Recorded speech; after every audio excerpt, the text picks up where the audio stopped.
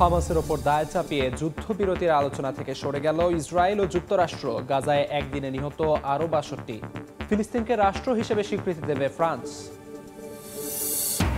Oman উপসাগরে আবারও উত্তেজনা। ইরানি সেনাদের তোপের মুখে পিছু হটল মার্কিন যুদ্ধজাহাজ। উস্কানিমূলক আচরণ বন্ধ করতে ওয়াশিংটনকে সতর্ক করল তেহরান। সিরিয়ার সুয়েইদা প্রদেশে সাম্প্রদায়িক সংঘাতে বাস্তুচ্যুত প্রায় ১.৫ লাখ মানুষ। জাতিসংঘের প্রতিবেদন। তুরস্কের কাছে সামরিক সহায়তা চাইল সারা সরকার। এবং ইস্তাম্বুলে রাশিয়া ইউক্রেন যুদ্ধবিরতি আলোচনার অগ্রগতি শূন্য। কিয়েভকে আরও সামরিক সহায়তা দিচ্ছে যুক্তরাষ্ট্র ও ন্যাটো। পাল্টাপাল্টি হামলা অব্যাহত।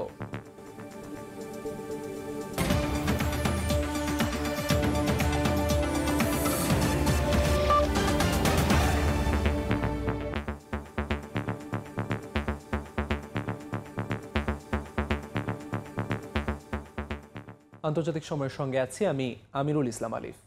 গাজায় ইসরায়েলি হামলায় একদিনেই নিহত হয়েছেন অন্তত ৬২ জন। হামলার সময় খাদ্য সহায়তার লাইনে দাঁড়িয়ে থাকা ১৯ জনও প্রাণ হারিয়েছেন। ইসরায়েল বলছে যুদ্ধ থামাতে তারা রাজি, তবে সেটা যেন দুর্বলতা না ভাবে হামাস। এদিকে গাজায় ত্রাণ প্রবেশের আহ্বান জানিয়েছেন ফিলিস্তিনি প্রেসিডেন্ট মাহমুদ আব্বাস। হামাসের যুদ্ধবিরতির প্রতিক্রিয়ায় অসন্তুষ্ট হয়ে কাতার থেকে আলোচনা দল ফিরিয়ে নিয়েছে যুক্তরাষ্ট্র। এরই মধ্যে ফ্রান্স ফিলিস্তিনকে রাষ্ট্র হিসেবে স্বীকৃতি দেবে বলে জানিয়েছেন প্রেসিডেন্ট ইমানুয়েল ম্যাখো। রক্তাক্ত গাজা উপত্যকায় অব্যাহত রয়েছে ইসরায়েলি বর্বরতা। স্থানীয় সময় বৃহস্পতিবার নিহত হয়েছেন বেশ কয়েকজন। অনেকেই প্রাণ হারান খাদ্য সহায়তার লাইনে দাঁড়িয়ে। খাবার নিতে গেলেও জীবন হারানোর ঝুঁকির কারণে চিকিৎসা ও মানবিক সংস্থাগুলো গাজাবাসীদের বর্তমান পরিস্থিতি নিয়ে উদ্বেগ প্রকাশ করেছে। গুলিবিদ্ধ মরদেহে ভরে যাচ্ছে গাজার বিভিন্ন হাসপাতালের মেঝে। আহতদের জন্য নেই পর্যাপ্ত চিকিৎসার ব্যবস্থা।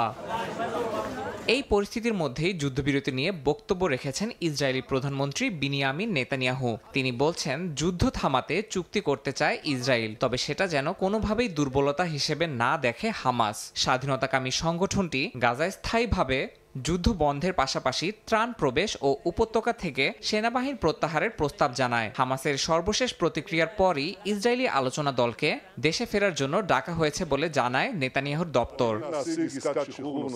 কাতারে চলমান যুদ্ধবিরতি উদ্যোগ থেকে সরে এসেছে যুক্তরাষ্ট্র। প্রেসিডেন্ট ট্রাম্পের বিশেষ দূত স্টিভ উইটকফ বলেন, হামাসের প্রতিক্রিয়া যুদ্ধবিরতির ইচ্ছার অভাব প্রকাশ করে। যুক্তরাষ্ট্র এখন যুদ্ধ থামাতে ও জিম্মিদের ফেরাতে বিকল্প পথ খুঁজছে, যা গাজার জন্য স্থিতিশীল পরিবেশ তৈরি করবে। তবে কি সেই বিকল্প তা স্পষ্ট করেনি ওয়াশিংটন। এদিকে ফিলিস্তিনি প্রেসিডেন্ট মাহমুদ আব্বাস গাজায় ত্রাণ ঢুকতে দেওয়ার জন্য জাতিসংঘ ও যুক্তরাষ্ট্রের প্রতি আহ্বান জানিয়েছেন। তিনি বলেন, সীমান্তে আটকে থাকা কয়েক লাখ টন খাদ্য ও ওষুধ অবিলম্বে প্রবেশ করতে না দিলে পরিস্থিতি আরও ভয়াবহ হবে। আন্তর্জাতিক মহলের নিষ্ক্রিয়তা নিয়েও উদ্বেগ জানায় তার প্রশাসন। আন্তর্জাতিক পর্যায়ে গাজা পরিস্থিতি নিয়ে সরব হয়েছেন ব্রিটিশ প্রধানমন্ত্রী কিয়ার স্টারমারও। স্টারমার বলেছেন, পরিস্থিতি এখন এমন জায়গায় পৌঁছেছে যেখানে মানবতা রক্ষা করাও চ্যালেঞ্জ হয়ে দাঁড়িয়েছে। এরই মধ্যে প্রেসিডেন্ট ইমানুয়েল ম্যাখো ঘোষণা দিয়েছেন, সেপ্টেম্বরের জাতিসংঘ সাধারণ অধিবেশনে ফিলিস্তিনকে রাষ্ট্র হিসেবে স্বীকৃতি দেবে ফ্রান্স। সামাজিক মাধ্যম এক্সে দেয়া বার্তায় তিনি বলেন, মধ্যপ্রাচ্যের ন্যায্য ও স্থায়ী শান্তির অঙ্গীকারে এই সিদ্ধান্ত নেওয়া হয়েছে। একই সঙ্গে গাজায় যুদ্ধ থামানো, মানবিক সহায়তা প্রবেশ নিশ্চিত করার আহ্বান জানান তিনি। ইয়াসিন মোহাম্মদ জিসান, সময় সংবাদ। দুর্ভিক্ষের কাছাকাছি নয়, বরং খাবারের অভাবের মাঝেই বসবাস করছেন গাজাবাসী। এমনটাই অভিযোগ অবরুদ্ধ উপত্যকাটির চিকিৎসকদের। এ অবস্থায় চরম অপুষ্টিতে ভুগছে শিশুরা। বিশ্ব স্বাস্থ্য সংস্থা জানিয়েছে, চলতি বছর এখন পর্যন্ত অপুষ্টিজনিত কারণে গাজায় 5 বছরের নিচে 21 শিশুর মৃত্যু হয়েছে। এদিকে শিশুদের পাশাপাশি অনাহারে দিন কাটাচ্ছেন গাজার সাংবাদিকরাও। এ অবস্থায় গাজায় পরিস্থিতি বিপজ্জনক পর্যায়ে পৌঁছেছে বলে দাবি জাতিসংঘের।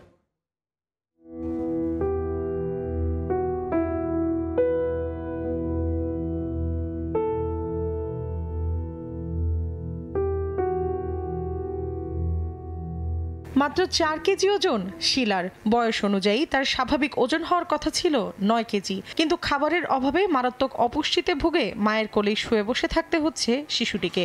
শুধু শিলা নয়, পর্যাপ্ত খাবারের অভাবে নানা ধরনের অসুখে ভুগছে আরও অনেক শিশু। গাজার খান ইউনিসের নাসের হাসপাতালের শিশু বিভাগে এমন করুণ দৃশ্য এখন নতুন কিছু নয়।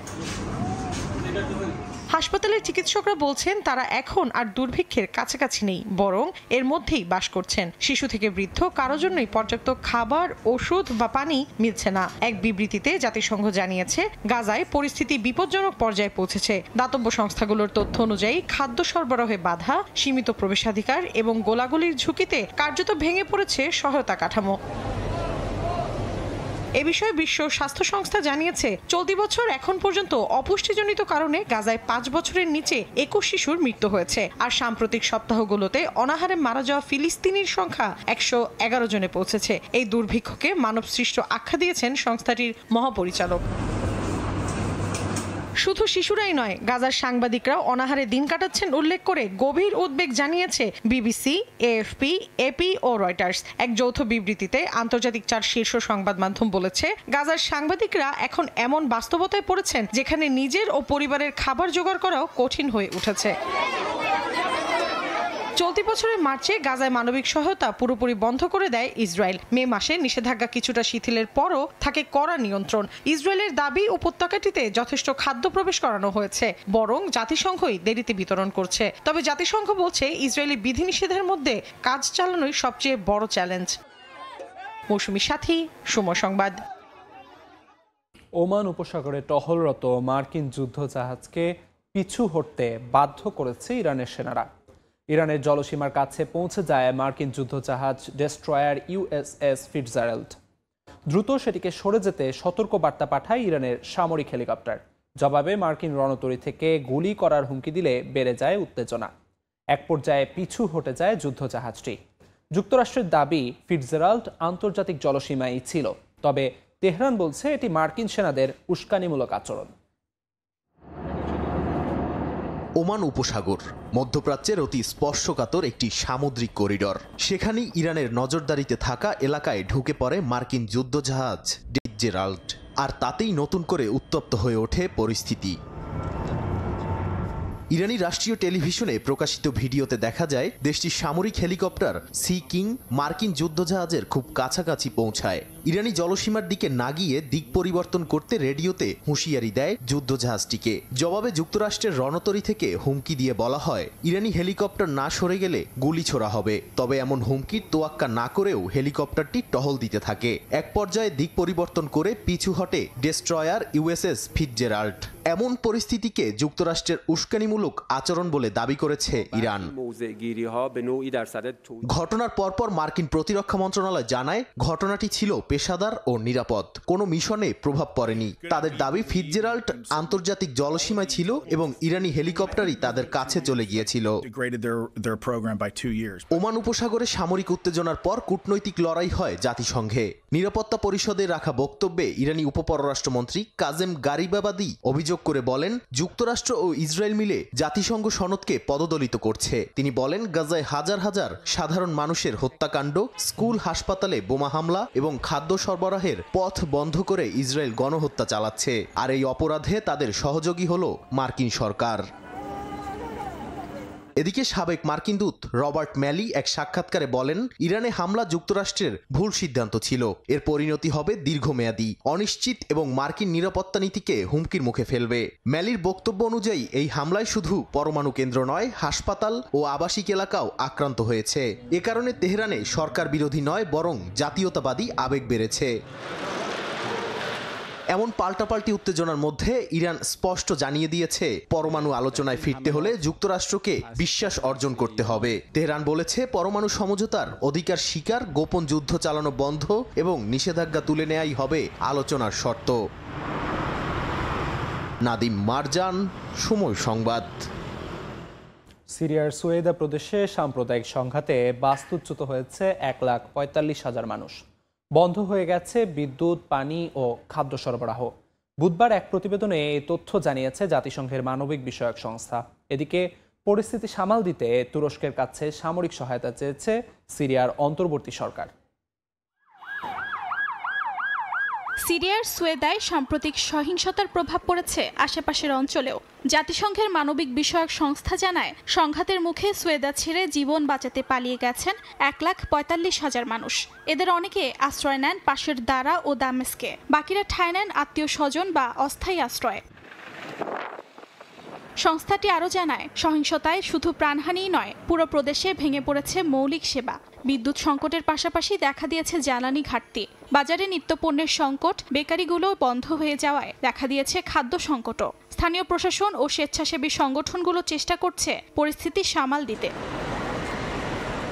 এই উত্তপ্ত পরিস্থিতিতে সিরিয়ার অন্তর্বর্তীকালীন সরকার তুরস্কের কাছে সামরিক সহায়তা চেয়েছে। তুরস্কের প্রতিরক্ষা মন্ত্রণালয়ের এক কর্মকর্তা জানান, সিরিয়াকে প্রশিক্ষণ, কারিগরি সহায়তা ও পরামর্শ দিতে প্রস্তুত আঙ্কারা। দেশটির প্রেসিডেন্টের মুখপাত্র বলেন, সিরিয়া চাইলে তুরস্ক শক্তভাবে তাদের পাশে থাকবে। তিনি আরও জানান, সিরিয়ায় অস্থিতিশীলতা প্রতিরোধ করা তুরস্কের জাতীয় নিরাপত্তার অংশ। অর্জিতা শেহজিন, সময় সংবাদ। আন্তর্জাতিক সময় আরও থাকছে। পাকিস্তান, ইরান থেকে দেশে ফেরত যাওয়া আফগানদের ওপর নির্যাতন চালানোর অভিযোগ। জাতিসংঘের প্রতিবেদন প্রকাশ, অস্বীকার করে উল্টো সহায়তা দেওয়ার দাবি তালেবান সরকারের।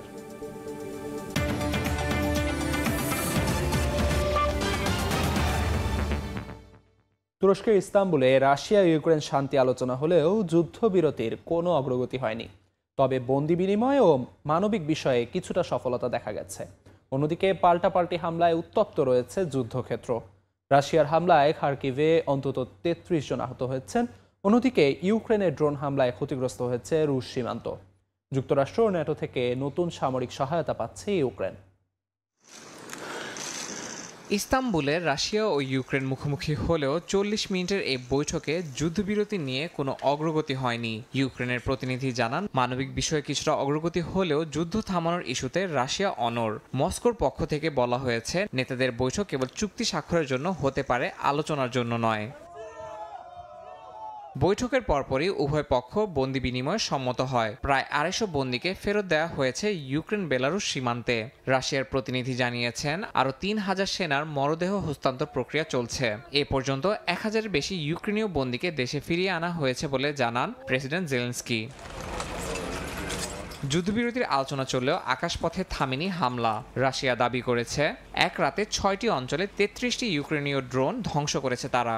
অন্যদিকে ইউক্রেন জানায়, সুমি অঞ্চলে রুশ ড্রোন হামলায় বিদ্যুৎ বিচ্ছিন্ন হয় ২,২০,০০০ মানুষ, যদিও পরে তা পুনঃস্থাপন করা হয়। খার্কিভে রুশ গ্লাইড বোমা হামলায় আহত হয়েছেন বেশ কয়েকজন, যাদের মধ্যে রয়েছে শিশু ও নবজাতকও।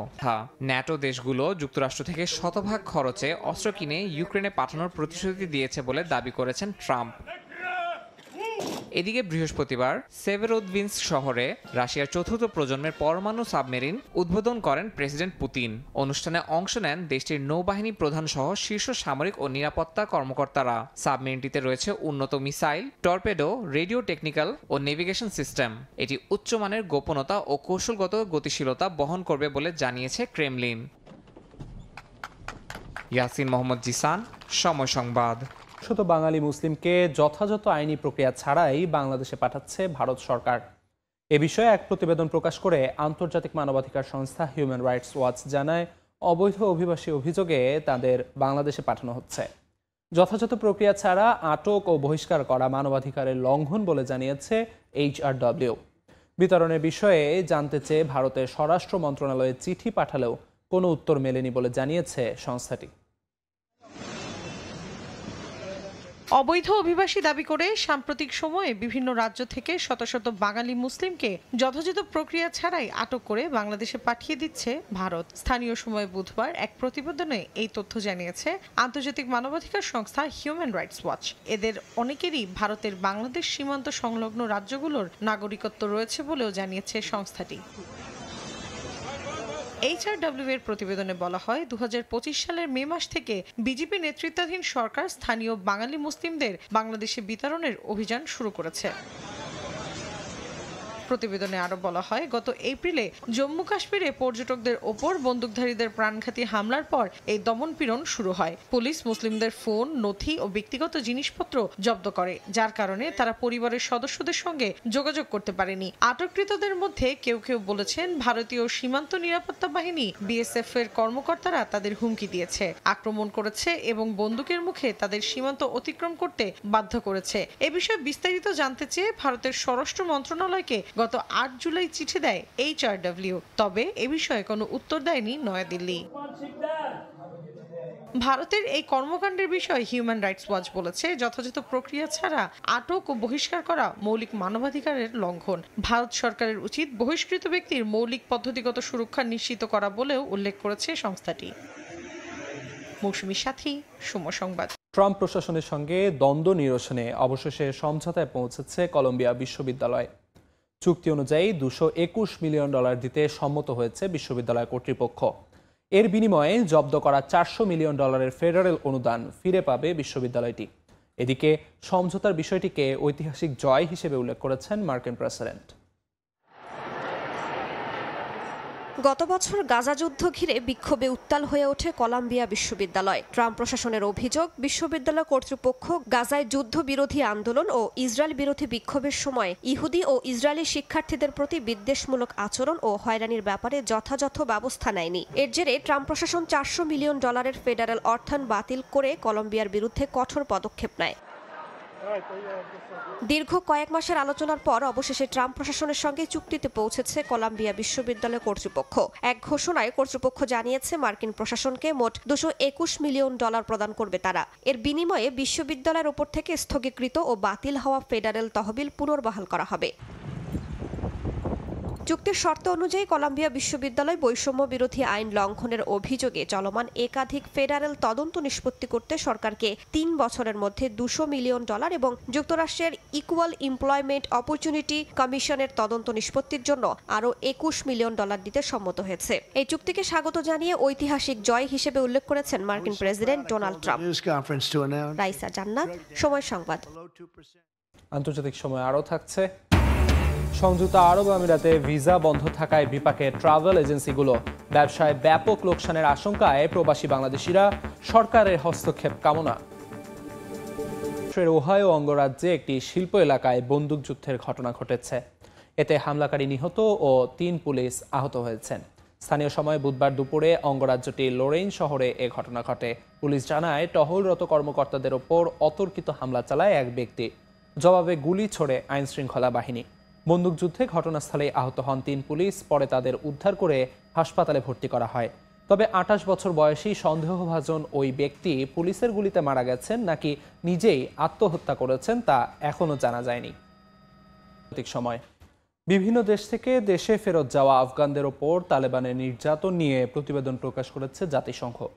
এতে বলা হয়, পাকিস্তান ও ইরান থেকে জোরপূর্বক ফেরত পাঠানোদের পরিচয় ও অতীতের কারণে নির্যাতন, আটক ও প্রাণনাশের হুমকির মুখে পড়তে হচ্ছে। যদিও এমন অভিযোগ অস্বীকার করেছে তালেবান সরকার। তাদের দাবি, দেশে ফেরা আফগানদের নথিপত্র যাচাই, যাতায়াত, পুনর্বাসন এবং আইনি সহায়তা দিচ্ছে সরকার। 2021 সালে আফগানিস্তানের মসনদে বসে তালেবান ঘোষণা দিয়েছিল, বিদেশে থাকা সব আফগান স্বেচ্ছায় ফিরলে মিলবে সাধারণ ক্ষমা। কিন্তু বাস্তবতা বলছে উল্টো কথা। জাতিসংঘের প্রকাশিত প্রতিবেদনে বলা হয়েছে, ইরান ও পাকিস্তান থেকে ফেরত পাঠানো বহু আফগান এখন দেশটিতে নির্যাতনের শিকার। জাতিসংঘের অভিযোগ, কেউ শুধুমাত্র তাদের লিঙ্গ পরিচয়, পেশাগত অতীত বা রাজনৈতিক ইতিহাসের কারণে আটক হচ্ছেন, কেউ বা নিপীড়নের ভয়ে পালিয়ে বেড়াচ্ছেন। প্রতিবেদন বলছে, তালেবানের হাতে অনেকেই ভুগেছেন নির্মম শারীরিক নির্যাতনে। জাতিসংঘের মানবাধিকার বিষয়ক প্রধান ফলকার তুর্ক বলেন, কোনো মানুষকে এমন দেশে ফেরত পাঠানো উচিত নয় যেখানে তাদের পরিচয় বা অতীতের জন্য নির্যাতনের মুখে পড়তে হয়। যদিও জাতিসংঘের এই অভিযোগ প্রত্যাখ্যান করেছে তালেবান প্রশাসন। তাদের দাবি, দেশে ফেরা আফগানদের নথিপত্র যাচাই, যাতায়াত, পুনর্বাসন এবং আইনি সহায়তা দিচ্ছে সরকার। তালেবান স্বরাষ্ট্র মন্ত্রণালয়ের বিবৃতিতে বলা হয়, আফগানদের জন্য উষ্ণ অভ্যর্থনার ব্যবস্থা রাখা হয়েছে। একই সঙ্গে জাতিসংঘ যেন শরণার্থীদের মৌলিক চাহিদা পূরণে দ্বিধা না করে সেই আহ্বানও জানিয়েছে আফগান সরকার। এদিকে ওয়াশিংটন পোস্ট এক প্রতিবেদনে জানিয়েছে, ইরান ও পাকিস্তান লাখ লাখ আফগানকে অবৈধ অভিবাসী হিসেবে গণ্য করে জোরপূর্বক ফেরত পাঠাচ্ছে। আর যুক্তরাষ্ট্রে আশ্রয় পাওয়া হাজারো আফগানি সম্প্রতি আইনি সুরক্ষা হারিয়েছেন। ট্রাম্প প্রশাসনের নীতির কারণে টেম্পোরারি প্রোটেক্টেড স্ট্যাটাস TPS বাতিল হওয়ায় তাদের ফেরত পাঠানোর প্রস্তুতি শুরু হয়েছে। চলতি বছরের জানুয়ারিতে ট্রাম্প প্রশাসন আফগানদের জন্য চলমান শরণার্থী প্রোগ্রামও স্থগিত করে দেয়। এতে হাজার হাজার মানুষ পাকিস্তানে আটকা পড়েছেন। আর আফগানদের উপর ভ্রমণ নিষেধাজ্ঞা তাদের যুক্তরাষ্ট্রে পুনর্বাসনের সব আশা ধূলিসাৎ করেছে। নাদিম মারজান, সময় সংবাদ। সাইপ্রাসের লিমাসোল শহরের উত্তরে পাহাড়ি এলাকায় ভয়াবহ দাবানলে দগ্ধ হয়ে 2 জন নিহত হয়েছেন। স্থানীয় সময় বুধবার শুরু হওয়া এই দাবানল নিয়ন্ত্রণে বৃহস্পতিবারও ব্যস্ত ছিল ফায়ার সার্ভিস। রাতভর ছড়িয়ে পড়া আগুনে বহু মানুষ ঘর ছেড়ে পালিয়ে যান, ধ্বংস হয় অগণিত বসতবাড়ি। নিহত 2 জনের মরদেহ উদ্ধার হয় একটি পুড়ে যাওয়া গাড়ি থেকে। তারা আগুনে আটকা পড়েছিলেন বলে ধারণা করা হচ্ছে। স্পেন, জর্ডান সহ 6টি দেশ সাইপ্রাসকে সহায়তা পাঠানোর ঘোষণা দিয়েছে বলে জানিয়েছে স্থানীয় কর্তৃপক্ষ। পেরুতে 4 টন পারদ পাচারের চেষ্টা বন্ধ করতে সক্ষম হয়েছে দেশটির কর্তৃপক্ষ। বলিভিয়ায় অবৈধ স্বর্ণখনিতে ব্যবহারের উদ্দেশ্যেই পাঠানো হচ্ছিল বিপজ্জনক এই ধাতু। পেরু শুল্ক কর্তৃপক্ষ জানায়, প্রথমে এটি পাথরের গুঁড়া হিসেবে দেখানো হলেও পরীক্ষায় ধরা পড়ে পারদ মিশ্রিত রয়েছে কন্টেইনারে। বিশেষ করে অ্যামাজন অঞ্চলে পরিবেশের জন্য মারাত্মক ক্ষতিকর এই ধাতু ব্যবহারে কড়া নিয়ন্ত্রণ রয়েছে। ওয়াশিংটন ভিত্তিক এনজিও EIA বলছে, অ্যামাজনে এটি এখন পর্যন্ত সবচেয়ে বড় পারদ চালান আটক। এর আগে সবচেয়ে বড় চালান ছিল এর অর্ধেক মাত্র। সাম্প্রতিক মাসগুলোতে স্বর্ণের দাম রেকর্ড হারে বাড়ায় বেড়েছে চোরাচালান ও সহিংসতা। সংযুক্ত আরব আমিরাতে বাংলাদেশিদের জন্য ভিসা বন্ধ থাকায় বিপাকে পড়েছে প্রবাসীদের মালিকানায় থাকা ট্রাভেল এজেন্সিগুলো। এমন অবস্থা চলতে থাকলে আগামীতে ব্যবসায় ব্যাপক লোকসানের আশঙ্কার কথা জানিয়েছেন ব্যবসায়ীরা। সমস্যা সমাধানে সরকারের হস্তক্ষেপ কামনা করেছেন তারা। দুবাই থেকে শিবলি আল সাদিকের রিপোর্ট। করোনা পরবর্তী হঠাৎ করে সংযুক্ত আরব আমিরাতে ট্যুরিজমের দ্বার উন্মোচিত হয় বাংলাদেশিদের জন্য।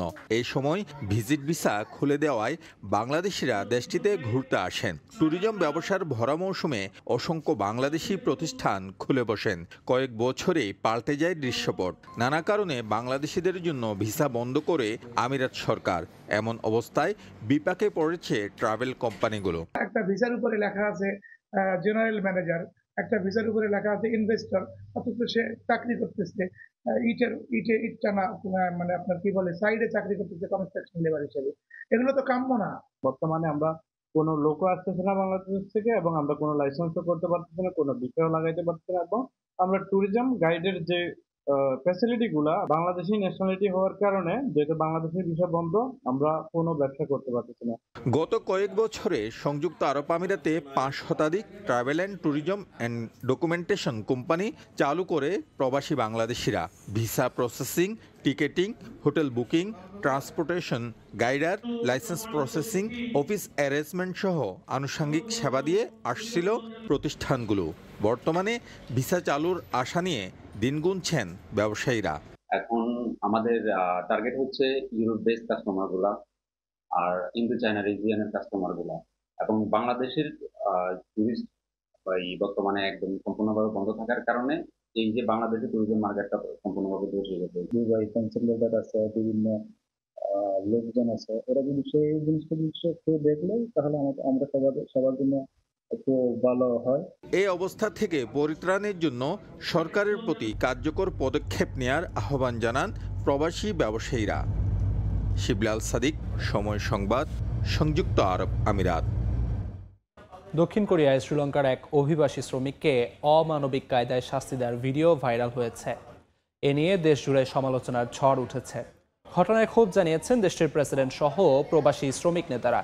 ভিডিওতে দেখা যায় অভিবাসী শ্রমিককে প্লাস্টিকের মোড়কে বেঁধে ফর্ক লিফট দিয়ে তুলে নিয়ে শাস্তি দিচ্ছে কারখানার লোকজন। ঘটনাটি নাজু শহরের একটি ইট কারখানার। ভিডিওটি ছড়িয়ে পড়ার পর দক্ষিণ কোরিয়ার নতুন করে শ্রমিক নির্যাতন নিয়ে সমালোচনা শুরু হয়। ঘটনার তীব্র নিন্দা জানিয়ে প্রেসিডেন্ট লি জে মিয়ং এটিকে মানবাধিকারের সুস্পষ্ট লঙ্ঘন বলে উল্লেখ করেন। শ্রম মন্ত্রণালয়কে তদন্ত করে দায়ীদের বিরুদ্ধে আইন অনুযায়ী ব্যবস্থা নেওয়ারও নির্দেশ দেন তিনি। সময় যুক্তরাজ্যের লন্ডনে শুরু হয়েছে এক অভিনব প্রদর্শনী, the legend of Titanic. Virtual reality আর 360 ডিগ্রি প্রযুক্তিতে তৈরি হয়েছে ডুবে যাওয়া জাহাজের এক নতুন জগৎ। চোখের সামনে ডুবে যাচ্ছে টাইটানিক, পাশে দাঁড়িয়ে আছেন ক্যাপ্টেন স্মিথ। আর সেই অভিজ্ঞতার মাঝেই দেখা মিলছে 1912 সালের বাস্তব নিদর্শনগুলোর।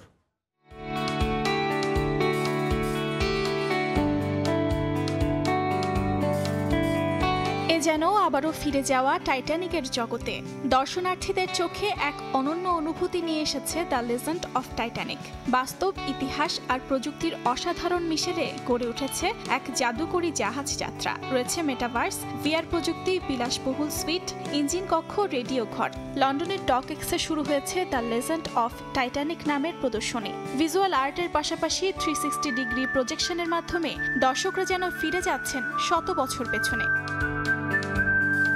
প্রদর্শনীর শুরুতেই থাকছে ভিআর প্রযুক্তির মাধ্যমে এক বিশেষ সঙ্গীত অভিজ্ঞতা, until the orchestra fell silent. টাইটানিকে বাজানো সেই শেষ অর্কেস্ট্রার প্রতি শ্রদ্ধা জানাতে নতুন সঙ্গীত রচনায় এটি রেকর্ড করা হয় 50 সদস্যের একটি সিম্ফনি দলের মাধ্যমে। এরপরই রয়েছে মূল আকর্ষণ, মেটাভার্স। এই প্রদর্শনীর সবচেয়ে বড় আকর্ষণ হলো মেটাভার্স অভিজ্ঞতা। এখানে দর্শনার্থীরা 10 মিনিটের জন্য ফ্রি রোমিং ভিআর গ্লাস পরে এক ভিন্ন জগতে প্রবেশ করেন। 1912 সালে প্রথম যাত্রাতেই সমুদ্রে ডুবে গিয়েছিল টাইটানিক। 1 শতকেরও বেশি সময় পর সেই করুণ অধ্যায় এবার উঠে এসেছে এক ভিজুয়াল অভিজ্ঞতায়। দ্য লিজেন্ড অফ টাইটানিক প্রদর্শনী চলবে নভেম্বর পর্যন্ত। অর্জিতা শেহজিন, সময় সংবাদ। আন্তর্জাতিক সময়ের শীর্ষ সংবাদগুলো জানিয়ে দিচ্ছি আরেকবার। হামাসের ওপর দায় চাপিয়ে যুদ্ধবিরতির আলোচনা থেকে সরে গেল ইসরায়েল ও যুক্তরাষ্ট্র। গাজায় একদিনে নিহত আরও 62। ফিলিস্তিনকে রাষ্ট্র হিসেবে স্বীকৃতি দেবে ফ্রান্স। ওমান উপসাগরে আবারও উত্তেজনা। ইরানি সেনাদের তোপের মুখে পিছু হটল মার্কিন যুদ্ধজাহাজ। উস্কানিমূলক আচরণ বন্ধ করতে ওয়াশিংটনকে সতর্ক করল তেহরান। এবং ইস্তাম্বুলে রাশিয়া ইউক্রেন যুদ্ধবিরতি আলোচনার অগ্রগতি শূন্য। কিয়েভকে আরও সামরিক সহায়তা দিচ্ছে যুক্তরাষ্ট্র ও ন্যাটো।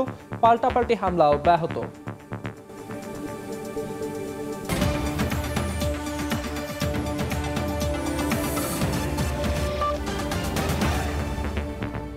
এই ছিল আন্তর্জাতিক সময়। সঙ্গে থাকুন সময়।